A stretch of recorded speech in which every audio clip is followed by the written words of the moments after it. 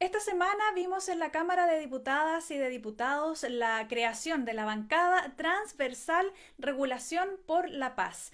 Esta agrupación de diputadas y diputados lo que busca es generar modificaciones a la ley de drogas, a la ley 20.000, con el objetivo de alejar a quienes consumen cannabis de las redes del narcotráfico. Para conversar sobre esta iniciativa nos encontramos con la diputada Ana María Gasmuri.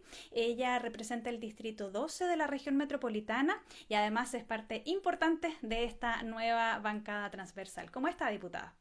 Muy bien, Carolina, muchas gracias. Muy contenta, la verdad, con este lanzamiento el lunes de la bancada transversal Regulación por la Paz, porque te tengo que ser sincera, la verdad es que no pensamos que íbamos a convocar a tantas parlamentarias y parlamentarios en esta primera instalación y todavía hasta el momento sigo incorporando al chat a más parlamentarios que quieren sumarse. Entonces, yo primero que nada quiero decir que ha sido un éxito total. Ha sido comentado que no habían visto una bancada tan grande que se haya conformado para algo en mucho tiempo. Y eso es una señal súper clara, Carolina, de que aquí estamos llegando a un consenso transversal, a una mirada común, de que no podemos seguir haciendo lo mismo que hemos venido haciendo porque ya tenemos los resultados a la vista.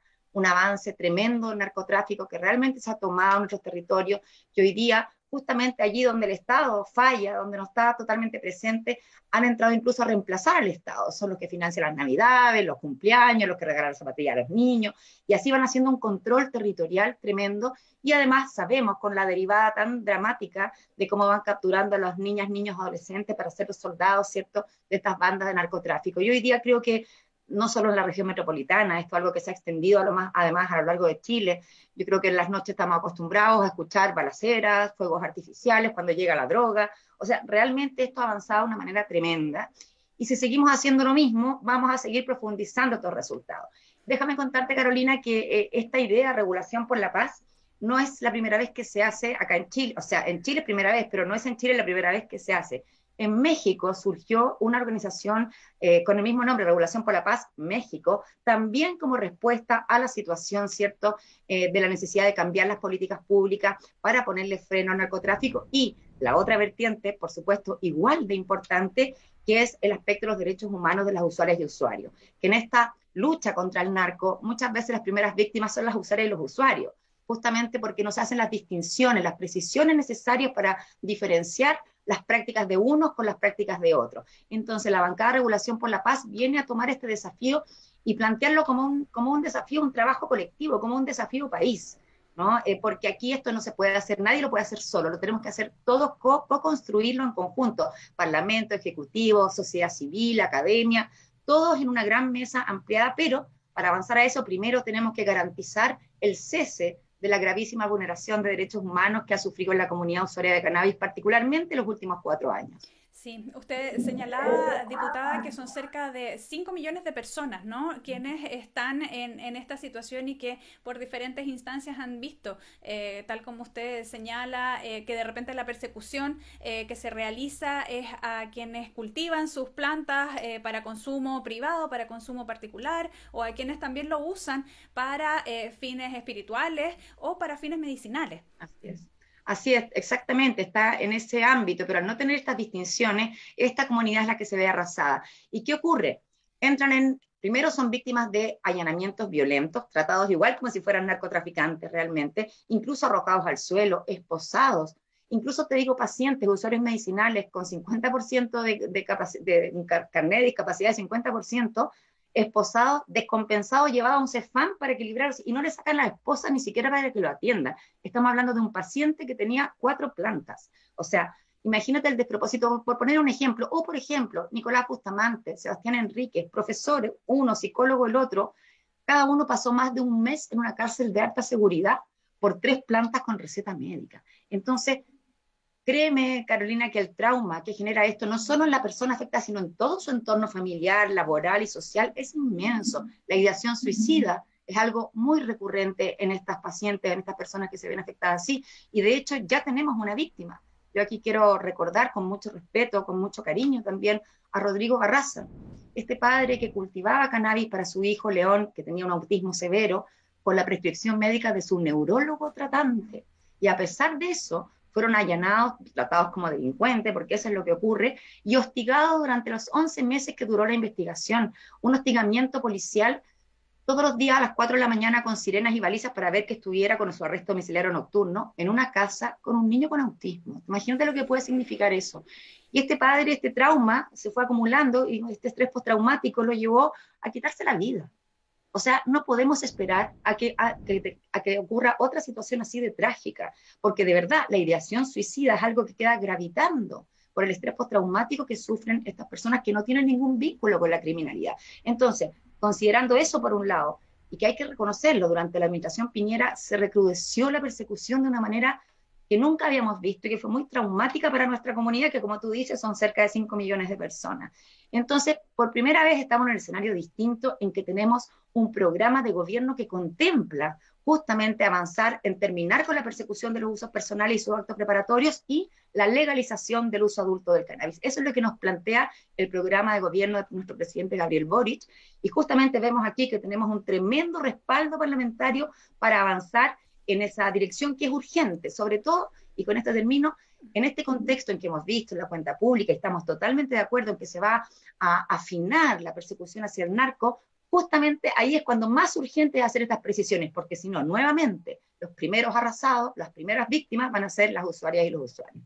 Sí, diputada, sobre cómo se va a desarrollar este trabajo legislativo y también, tal como usted señalaba, en alianza con el Ejecutivo, cumpliendo también su programa de gobierno. ¿Cuáles son los primeros lineamientos que ustedes se han planteado para ir avanzando en esta despenalización? Mira, en primer lugar, dos acciones concretas que tienen que ver con el Ejecutivo y que hemos solicitado al Ejecutivo que cambie de lista al cannabis a la lista que le corresponde.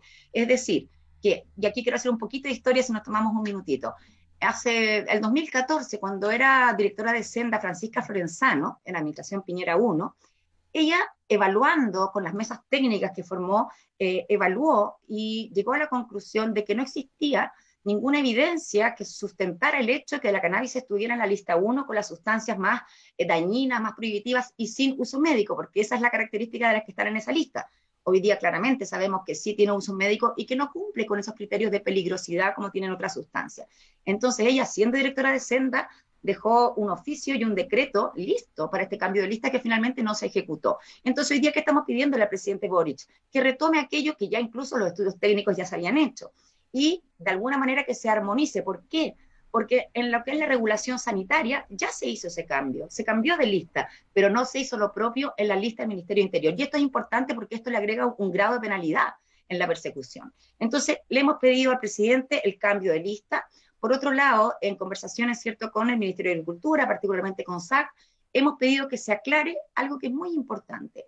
Cuando las personas las allanan, incluso si son pacientes, tienen su receta, a veces las policías le dicen, muy bien su receta, pero ¿dónde está su permiso del SAG, del Servicio Agrícola Ganadero? Eso es una trampa, porque se les pide a los usuarios y usuarias un documento que se supone que entrega el Estado, pero que el Estado no lo entrega, porque no existen permisos para cultivos domiciliarios. Los permisos están concebidos para cultivos agrícolas con fines industriales y tienen esas regulaciones y esas normativas y esas normas de seguridad, nada que ver con el uso personal. Pero se usaba esto como argumento para detener, y no solo eso, sino en la audiencia, la fiscalía usaba esto de que no tenía el permiso del SAC como un elemento de prueba. Hoy día, Carolina, eso está despejado. El mismo SAC ha ya declarado que ellos no emiten ninguna autorización para cultivos privados porque no lo requieren, sino que ellos se enfocan en los cultivos industriales. Entonces, esas dos cosas vamos avanzando, todavía no se ha concretado la petición del cambio de lista. Y por otro lado, en el Senado, en esta modificación a la ley 20.000, que ya lleva como 2 años y medio en curso, yo participé en muchas sesiones, no siendo diputada, sino como ciudadana, participé en muchas sesiones de eso. Recordemos que son modificaciones a la ley 20.000 para mejorar la persecución al narcotráfico, ¿cierto? Pero en este mismo proceso de modificación de la ley 20.000, ya se aprobó un artículo que protege a los usuarios medicinales, súper importante, pero no tenemos un artículo que proteja a los usuarios adultos o espirituales. Entonces, justamente desde el Senado, los senadores Quintana, Proboste, Insulza, van a incorporar esta indicación que permitiría proteger entonces a los usuarios personales. Entonces, con esto despejado, ahí entonces, Carolina, abrimos esta gran mesa de trabajo. ¿Quiénes van a participar?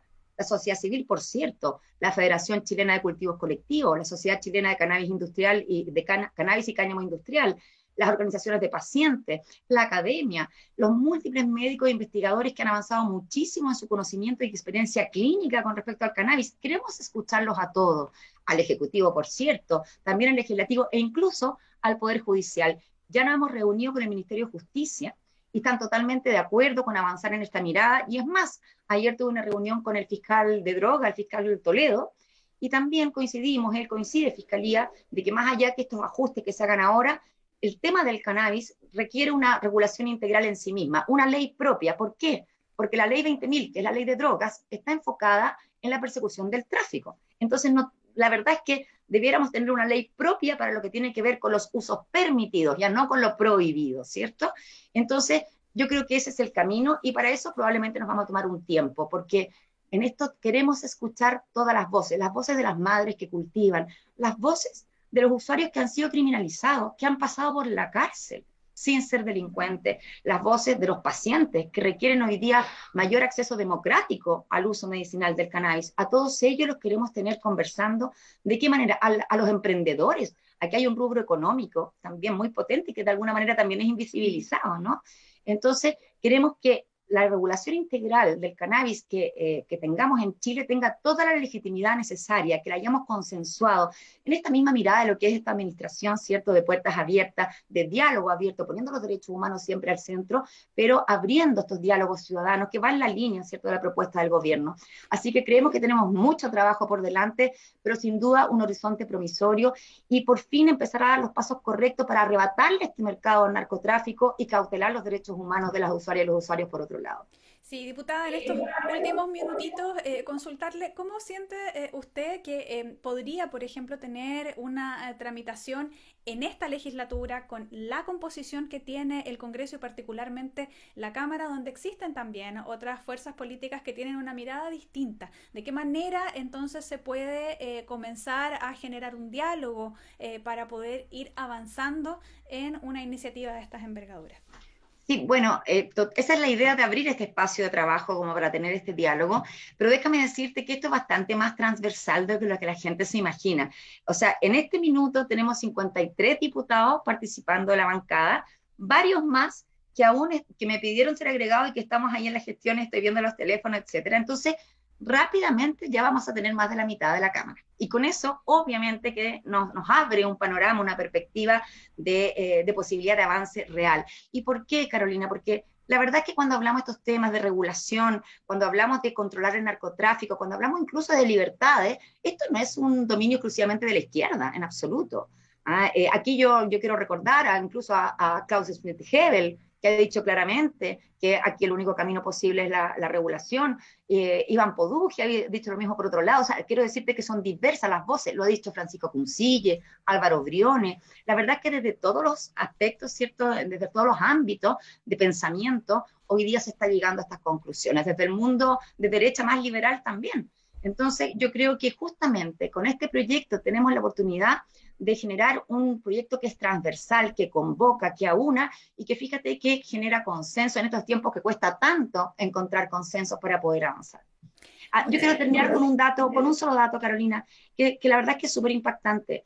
Cuando nos extrañamos del poder de fuego del crimen organizado y cómo esto ha avanzado, a veces se nos olvida considerar que diariamente las chilenas y chilenos gastan $1.000.000 en las drogas de más alta prevalencia de consumo y el 80% corresponde a cannabis. Entonces, si ya regulamos cannabis y logramos arrebatarle esa inyección de $800.000 diarios al crimen organizado, sin duda que vamos a poder avanzar en la dirección correcta. Y por otro lado, cuando regulemos el mercado y el Estado controle el mercado, le quitemos el mercado a los narcos y lo regule el Estado, también, por supuesto, que va a haber políticas tributarias destinadas a prevención, a rehabilitación, y por cierto que entonces entramos en un círculo virtuoso de cómo hacernos cargo de este tema de una perspectiva de salud pública y derechos humanos. Muchas gracias, diputada, por explicar los alcances que va a tener el trabajo de esta nueva bancada transversal y también aclarando, ¿no?, cómo se está desarrollando este escenario y cuáles serían los beneficios de poder avanzar en tal como usted señalaba, quitar la cannabis de el manejo de narcotraficantes y finalmente darle una regulación. Esa es la Esperar idea. entonces que ir viendo cómo se va desarrollando este debate legislativo y también este espacio de conversación con otras organizaciones. Que esté muy bien, muchas gracias. Muchas gracias, Carolina.